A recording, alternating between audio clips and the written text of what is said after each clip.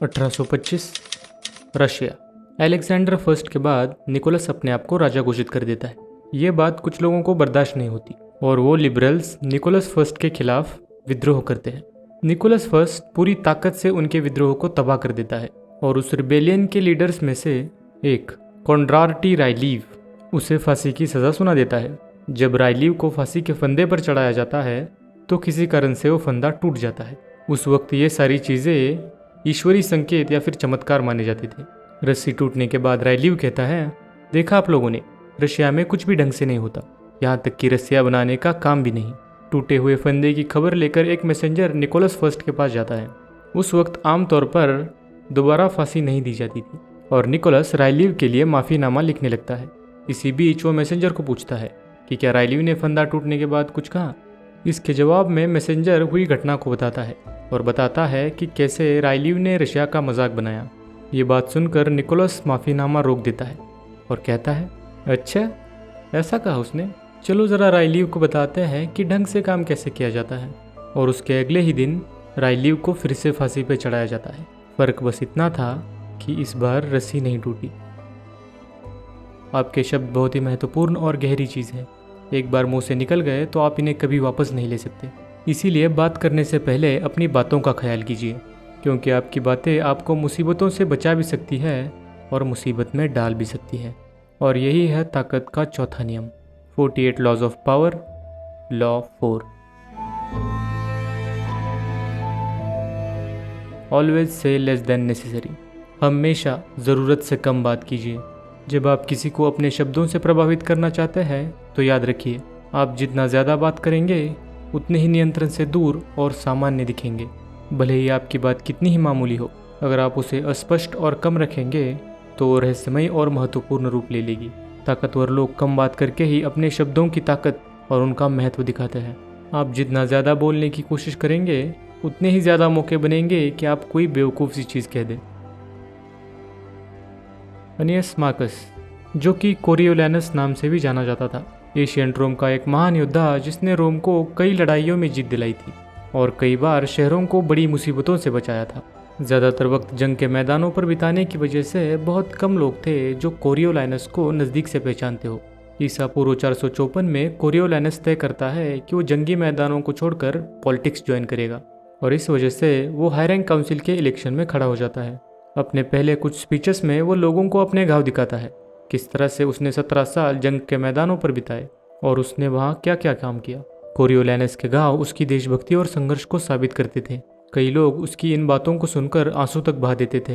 हालांकि ज़्यादातर लोग उसकी इन लंबी स्पीचेस को सुनते नहीं थे, लेकिन उसकी महान योद्धा की छवि की वजह से बहुत सारे लोग उसके साथ थे और मानो ये तय हो चुका था कि कोरियोलैनस ही जीतेगा।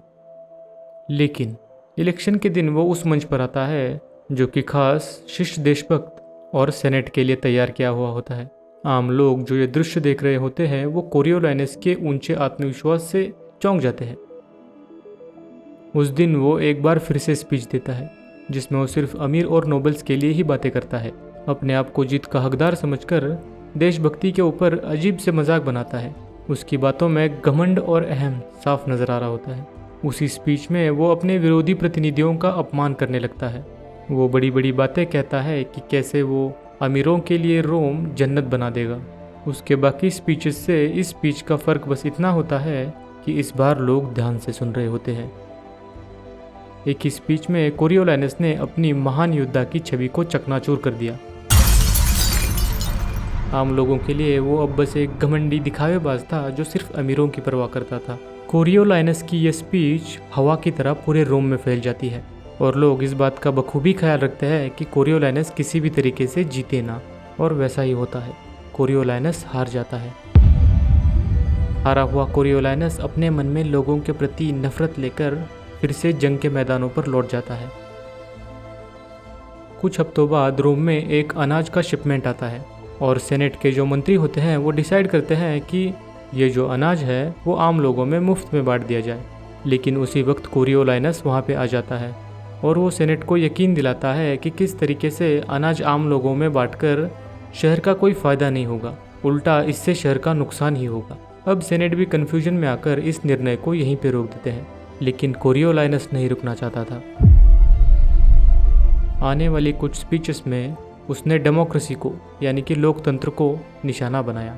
वो सेनेट के मंत्रियों को यकीन दिलाने में लग गया कि किस तरह से समाज के लिए लोकतंत्र एक बीमारी है और सेनेट को लोक प्रतिनिधियों को हटाकर सारा नियंत्रण पैट्रिशियंस और नोबेल्स के हाथों में देना चाहिए।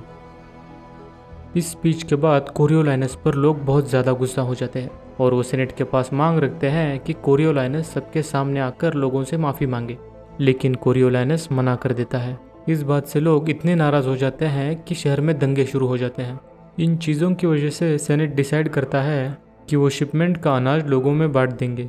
कुछ लोग शांत होते हैं, लेकिन अब भी कुछ लोग होते हैं जो कोरियोलाइनस से माफ़ी चाहते थे। हालात इतने बिगड़ जाते हैं कि सेनेट को कोरियोलाइनस को लाने के लिए आदमी भेजने पड़ते हैं। आखिरकार कोरियोलाइनस लोगों के सामने था माफ़ी मांगने के लिए।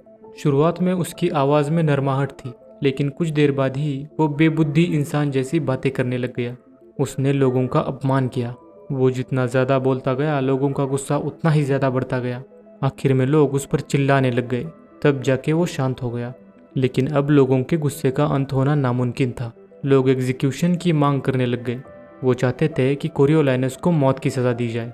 वहाँ पे मौजूद ट्रिब्यून्स ने मैजिस्ट्रेट को हुक्म दिया कि वो कोरियोलाइनस को टार्पियन पहाड़ी की ऊंचाई से फेंक दे। लोग खुशी से चिल्लाने लग गए, लेकिन कुछ पेट्रिशियंस ने मैजिस्ट्रेट से बात कर इस सज़ा को उम्र कैद में बदल दिया। जब लोगों को पता चला कि रोम का महान योद्धा कभी फिर शहर में नहीं लौटेगा, तब उन्होंने हर सड़कों पर जश्न किए, और ये जश्न रोम के अपने दुश्मनों पर जीत हासिल करने से कहीं ज़्यादा बड़े थे। तो कोरियोलाइनस से गलती कहाँ हुई? पॉलिटिक्स में आने से पहले कोरियोलाइनस एक ऐसा नाम था जिससे सब लोग डरते थे, लेकिन सम्मानपूर्वक। उसके जीते युद्ध इस बात के गवाह थे कि कोरियोलाइनस एक महान और साहसी योद्धा था। कोई उसे करीब से नहीं जानता था, इसलिए उसके बारे में सिर्फ कहानियाँ मशहूर थीं। लेकिन जिस वक्त वो लोगों के सामने आया, उसी वक्त उसकी महानता की छवि गायब हो गई। वो आम सिपाहियों की तरह अपनी तारीफ करता और अपने दुश्मनों का अपमान करता। ये चीज़ें लोगों को उसके अंदर की अस्थिरता और डर दिखाने लगी, और लोगों के लिए कोरियोलाइनस अब वो महान योद्धा था ही नहीं जिसके बारे में उन्होंने कई कहानियाँ सुनी थी। सुनी कहानियों में और आंखों देखी सच्चाई में इतना बड़ा अंतर था कि लोग उस अंतर को सहन नहीं कर पाए। कोरियोलाइनस जितना ज़्यादा बात करता गया, उतना ही ज़्यादा वो अपना सम्मान खोता गया। अगर कोरियोलाइनस ने अपनी ज़ुबान पर काबू रखा होता तो उसने ना ही लोगों को उकसाया होता और ना ही अपनी ज़िंदगी को। अगर वो शुरुआत से ही शांतता और स्थिरता दिखाता तो आसानी से इलेक्शंस को जीत जाता और अपना ताकतवर सम्मानपूर्वक ओहदा बरकरार रख पाता, और शायद वो अपने तानाशाही इरादों में भी सफल हो जाता। इंसानी जीभ एक ऐसा जानवर है जिसे बहुत कम काबू कर पाते हैं। वक्त रहते अगर आपने अपनी जीभ को नहीं संभाला तो खुद आप ही आपके लिए बहुत बड़ी मुसीबत हो सकते हैं। किंग लुइस 14 एक ऐसा राजा जो अपने शब्दों को बेचना जानता था। उसके राज्य के मिनिस्टर्स और नोबल्स राज्य के महत्वपूर्ण विषयों पर चर्चा करते, कुछ मुद्दे रखते, कुछ बहस करते, और अंततः दो विरुद्ध पक्षों के लोग लुइस को सारी बात समझाते। लुइस उनकी सारी बातें शांति से सुनता और सिर्फ ये कहता, मैं देख लूँगा।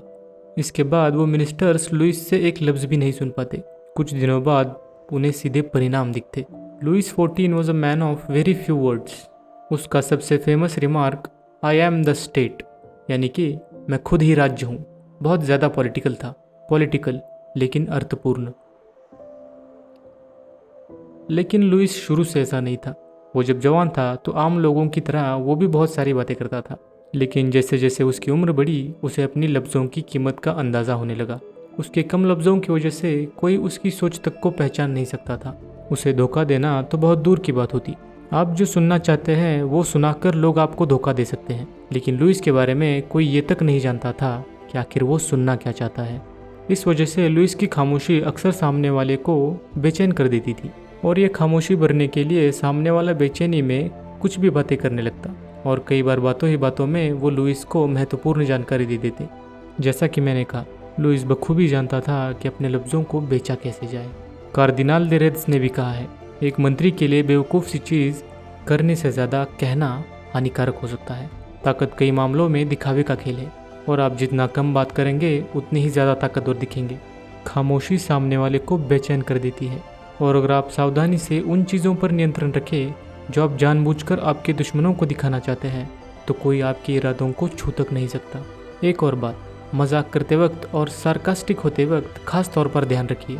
कुछ पल की खुशी के लिए आप सामने वाले की बेइज्जती कर देते हैं और शायद आपकी बातें उसे हमेशा के लिए आपका दुश्मन बना दे, क्योंकि आपके लफ्ज़ चाहे कितने ही खोखले हों, वो किसी का दिल चीरने की क्षमता रखते हैं। लेकिन हर बार चुप रहना भी बेवकूफ़ी साबित हो सकती है, खासकर हमारे सुपीरियर्स के सामने।